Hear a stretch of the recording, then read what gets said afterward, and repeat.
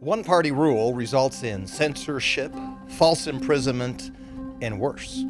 We ignore it at our peril. Today we look at the rise of the current dictator of China and one expression of the impact on all 1.4 billion citizens. That is next.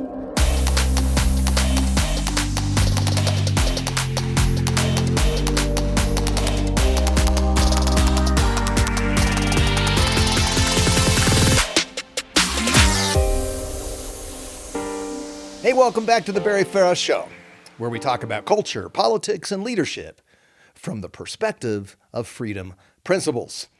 Hey, if you like what we're doing, please subscribe. That'd be awesome. Today we look at Mao, the current leader, Xi, and COVID. Last time we discussed Lenin, Hitler, and Mao in light of a deplorable speech by the President of the United States. Mao had killed more political opponents than anyone. And after Mao died, China went through a bit of a transformation. It opened up to controlled tourism.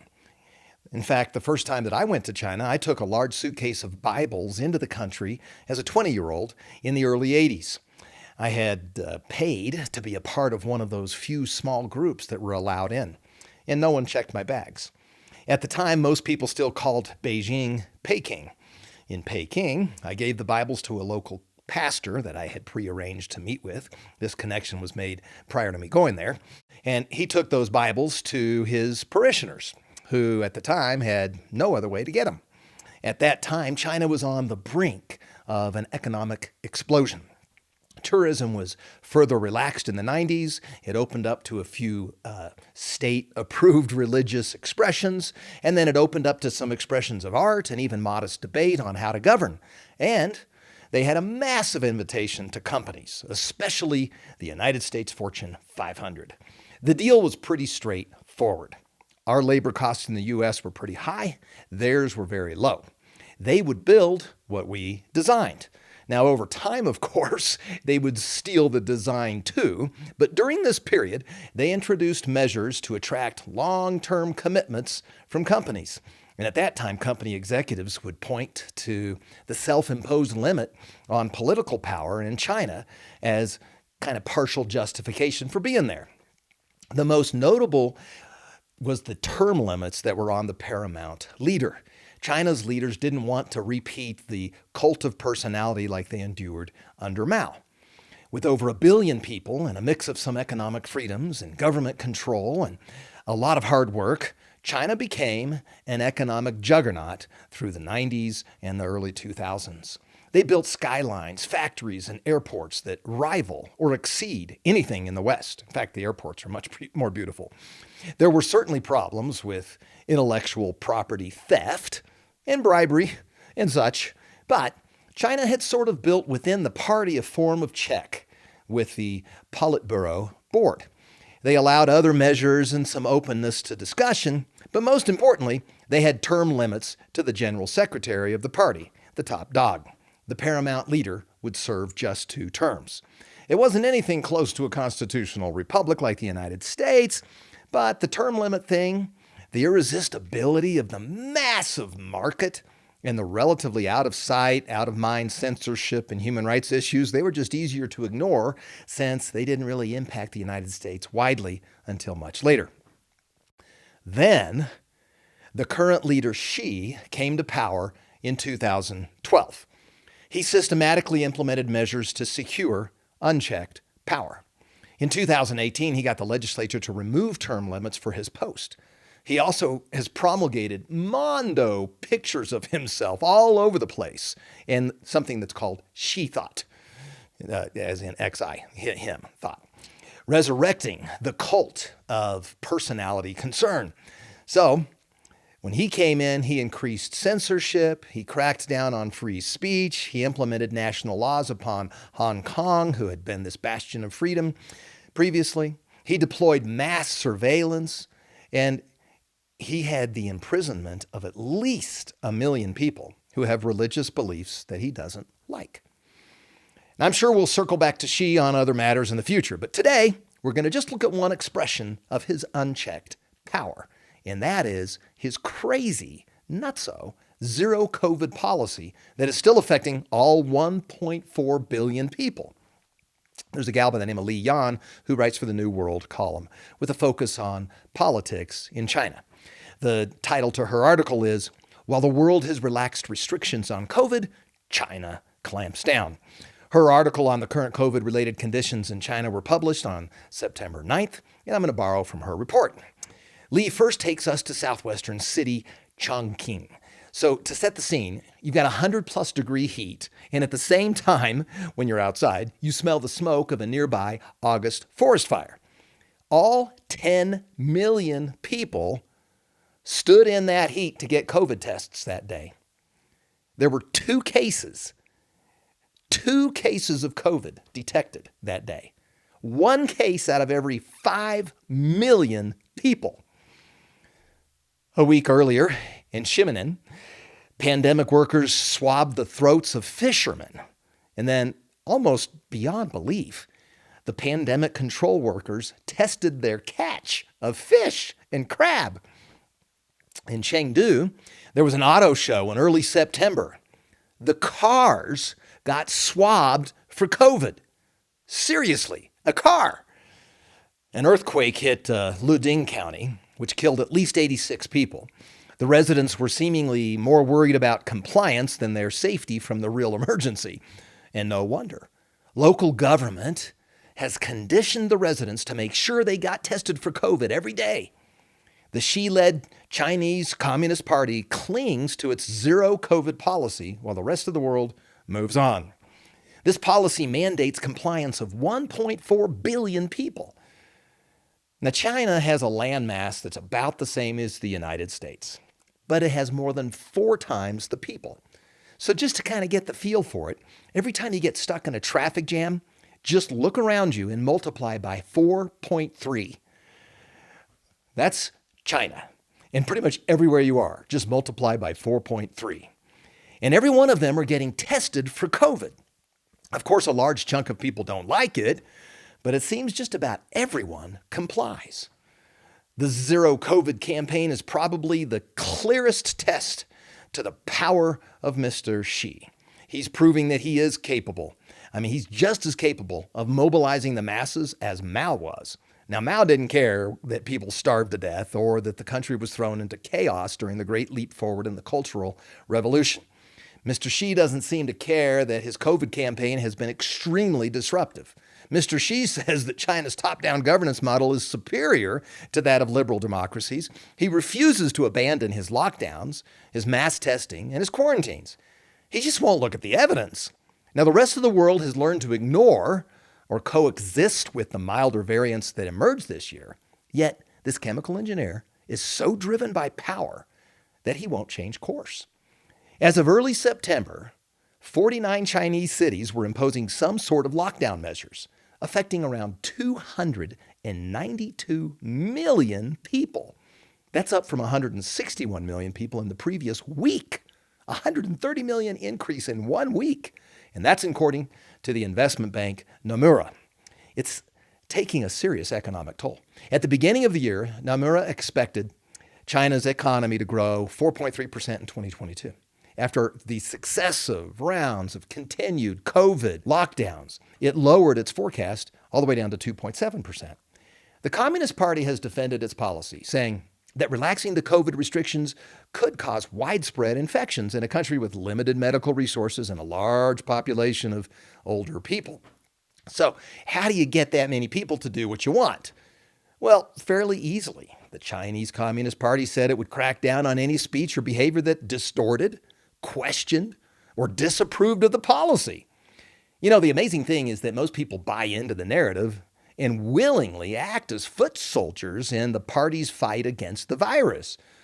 For example, Li reports that last week, passengers on a bus in the northeastern city of Dalian scolded a man for wearing merely a surgical mask, but not an N95 respiratory mask.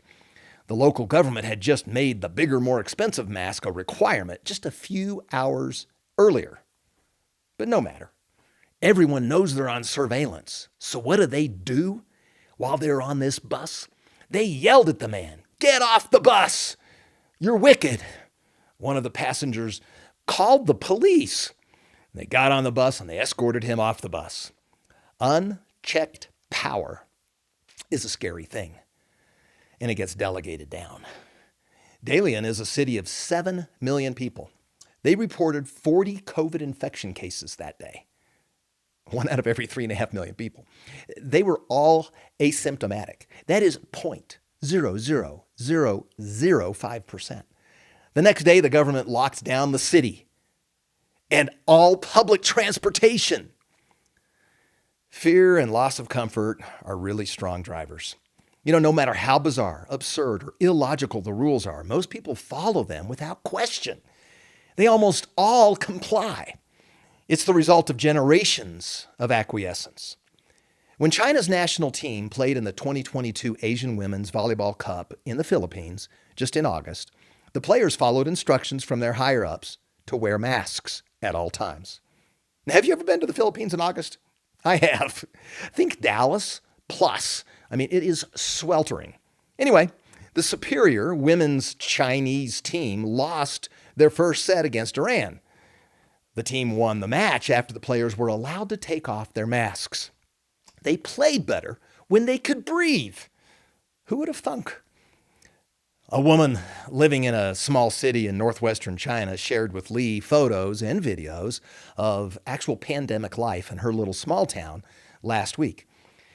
And this is while loudspeakers started blasting at 5 in the morning. Now, to get a flavor for the loudness of these loudspeakers, you just can't stay asleep. The loudspeakers are 90 plus decibels.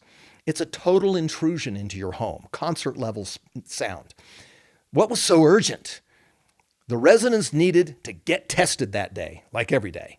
That was the big emergency. So, for hours, the same piercing commands would blare throughout the city. For example, here's one actual command. Property owners, please come down to get COVID tests. It will end at 9 a.m. So what happens after you get tested? Well, you get a COVID negative test sticker. A lot of people just put it on the back of their phones, but since the sticker is different every day, it's kind of tough to cheat. It could be a cartoonish drawing of a police officer or a volunteer or a famous historical figure. So you can't go anywhere without your sticker. You have to show your sticker to security guards in office buildings, in residential compounds, in shopping malls, and schools. And without your sticker of COVID testing compliance, you have no access to life's essentials. You're bullied into a muscle memory of conformity and submission. When we did our series on leadership, we talk about how the autocratic leader attracts autocrats under him. Well, that is certainly playing out real time in China.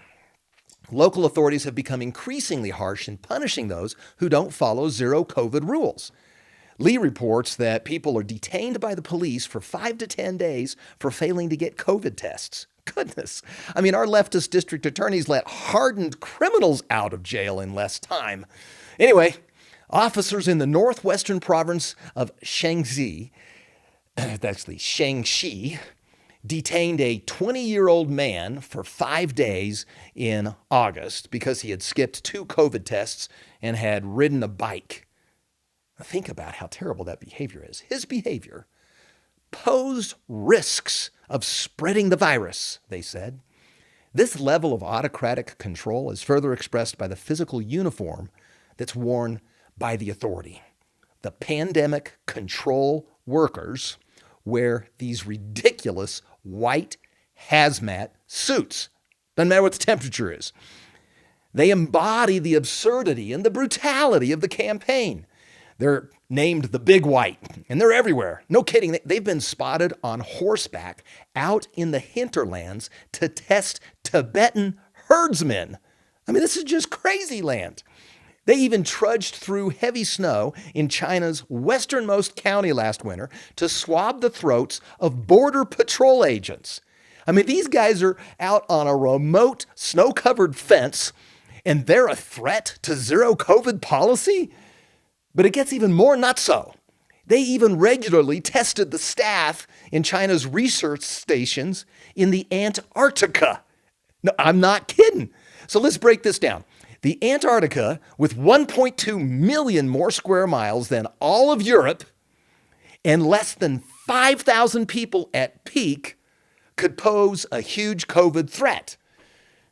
I mean, let's think about it. It's 4,000 miles of ocean between the Antarctica to the closest populated area, which is in Australia. That is more ocean separating the two than it is to go coast to coast in the United States. But you never know. That could be one resilient respiratory particle. There's no way to avoid the big white. Some China social media humor has slipped through uncensored, and it's pretty funny. For example, they call them the white terror, and they say the big white's watching you. They say, please test the Yangtze River Bridge. That refers to a video of a huge blimp-sized big white hazmat pandemic control guy floating near that bridge. There's a growing wariness about how long the zero COVID campaign could last and how much more absurd it could become. One post says, I've gone from anger to powerlessness to numb. When's this going to end? And that is the process to a loss of freedom. Anger, powerless, numb. When outbreaks are deemed severe enough, entire cities can be shut down, as Shanghai, the huge city of Shanghai, was for almost 2 months this spring. The southwestern city of Chengdu has 21 million people. China's huge. And it's now under lockdown, the whole city, and many more people around the country under some form of restriction.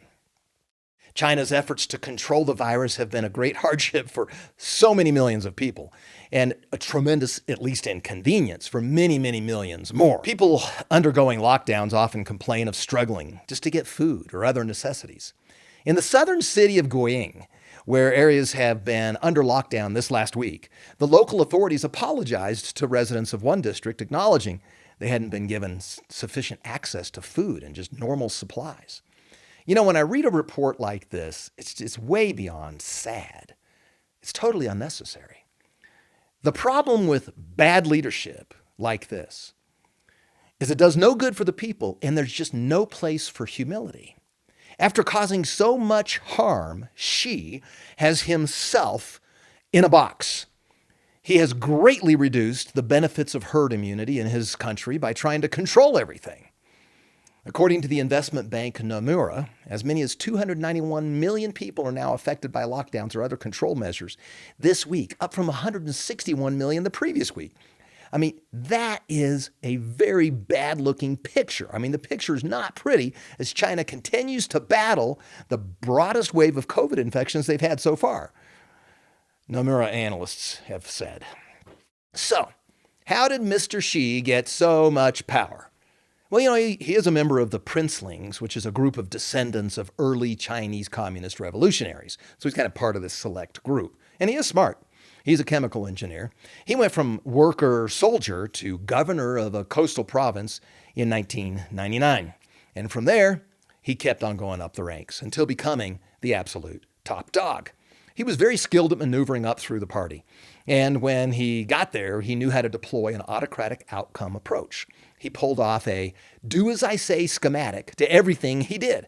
And he looked for emergencies to establish the validity of shutting down alternative views and input from others. Born in 1953, he was the first Chinese Communist Party General Secretary that was born after the People's Republic of China was founded in 1949. After Mao died, there were 5 presidents of the People's Republic of China. He is the 7th. So you have Mao from 1949 to 1976. And you have these guys in the middle running for at most 2 terms each. And now you have Mr. Xi, who started in 2012, and he's made it really clear that he is the rightful leader until he dies. The day after he took over, he reduced the Politburo board from 9 to 7. He replaced 5 of the new guys with totally loyal to him guys, and the other guy was already an ally. So this assured him total control of the one board that could provide some kind of pushback. He established an anti-corruption campaign. Kind of sounded good, but since he gave these guys enormous power, and they only went after potential enemies, they were able to systematically get rid of any opposition.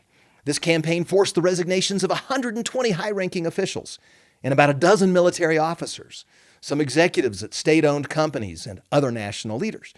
Now, there were some legit scandals, no doubt, and bribery and such, but there was no due process for anyone, and he only investigated the ones that posed any opposition to him. This resulted in a purge of all of his political opponents, kind of like what the FBI is trying to do now. Mr. Xi has also promoted an aggressive foreign policy. He's pushed the limits with the U.S. on intellectual property theft. He's changed the discussion to favor China on who owns what in the South China Sea and on the border of India and China, between the countries of Bhutan and Burma. And he's made it clear that he wants to take over Taiwan, not to mention all the land grabs all over the world, especially in the continent of Africa. And he has expanded companies that are owned by the state. His modus operandi is to make his subordinates move as a unit. He makes the decision, they follow. There are no negotiations. Everything is sequenced in accordance with Mr. Xi's goals. So, when an emergency comes along like COVID, it gives him a lever to work with. But it's a dictatorial style, and whether you agree with the task or not, when you come to work for Mr. Xi, you know that that is the way it's going to be. Now, normally in a free society, this style of leadership would hinder impact and reduce your overall effectiveness. But China has a complicated past. It's awarded autocratic leaders before. When Mao proclaimed that China would have one political party in 1949, he got rid of his political opponents and was the supreme ruler until he died. He shut down freedom of religion, freedom of the press, persecuted intellectuals, artists, and free thinkers. Not only did he destroy religious and historical things, he killed about 80 million people through unspeakable cruelty, starvation, persecution, prison labor, and documented mass executions. When he said, and I quote, "Every communist must grasp the truth. Political power grows out of the barrel of a gun," what he was really saying is that the people who love God too much to deny their faith, or love freedom too much to deny their right to free expression, they must be imprisoned or exterminated. He called that solving the problem. Now, he might have been smart, and he was, and he did control the masses, you have to give him that, but that's not good leadership. That's just force. Yet Mr. Xi was 23 when Mao died, and Mao's autocratic leadership model was in his psyche. He's the opposite of an artful leader. Anyone who plasters huge billboards of his face all over the place and says "Xi thought" is certainly not free of self-absorption. When leaders make everything about themselves, they've got to rule with an iron fist, and that is what Mr. Xi has done. The zero COVID policy madness is just one expression of what happens when one guy has too much power. A limited government with built-in checks and balances is obviously a much better way to go. And in the United States, the brilliance of the system was not that we had better people. Goodness, we know that's not the case. The brilliance is the system. We have three competing branches of government. That puts a check on power. We have states competing with the federal government for power. We have a filibuster in the Senate. This allows the minority party to have power over the majority. This slows things down and forces more debate. Yet, the Democrats keep talking about getting rid of the filibuster. They keep talking about packing the court. The Department of Justice has gone after moms who don't want CRT taught in their schools. The FBI just made a scene at a drive-through Hardee's to get the phone of a businessman who has political opinions that shed doubt on election security. These are unlawful intimidation tactics, and they're an attempt to gain the effect here of one-party rule. They are an attempt to coerce and frighten you into submission. Don't fall for it. We have to speak out. Mr. Xi was clear, and he has an undisputed one-party rule. Just last November, he muscled through a third historical revolution. The first historical revolution was Mao, and we know how horribly that worked out. The second historical revolution, and this is a document, was the reformer Deng's. This third one puts Mr. Xi on par with Mao in terms of control over the direction of the party. The resolution's scary. It states that the pro-democracy movement of Tiananmen Square of 1989 was a severe political disturbance brought upon China by outsiders who don't like communism or socialism. Well, how about the people inside of China who don't like communism or socialism? Anyway, this resolution states that Mr. Xi is the core helmsman and that he is the one to determine the Marxism of contemporary China. It paves the way to make Mr. Xi the paramount leader for a long time, certainly for another 5-year term. It was just 2018, under Mr. Xi, that the Chinese legislature removed the 2-term limit for the president. And Mr. Xi is also the head of the military. The sanctioned China state news media emphasizes the death and the suffering that's brought on by COVID in the United States and other countries and portrays strict prevention policies as the only alternative. What they don't say is that there are opposing views. They don't allow those views to have a voice. In fact, there's a heavy censorship and a real risk of severe punishment for questioning any of China's policies. Over time, the brave people who have an alternative view based on a freedom principle do get shut down. And this has quieted pretty much all the voices of opposition in China. Don't relent. You have a voice. Now is the time to be louder, not quieter. Let's not allow the United States to lose our freedoms.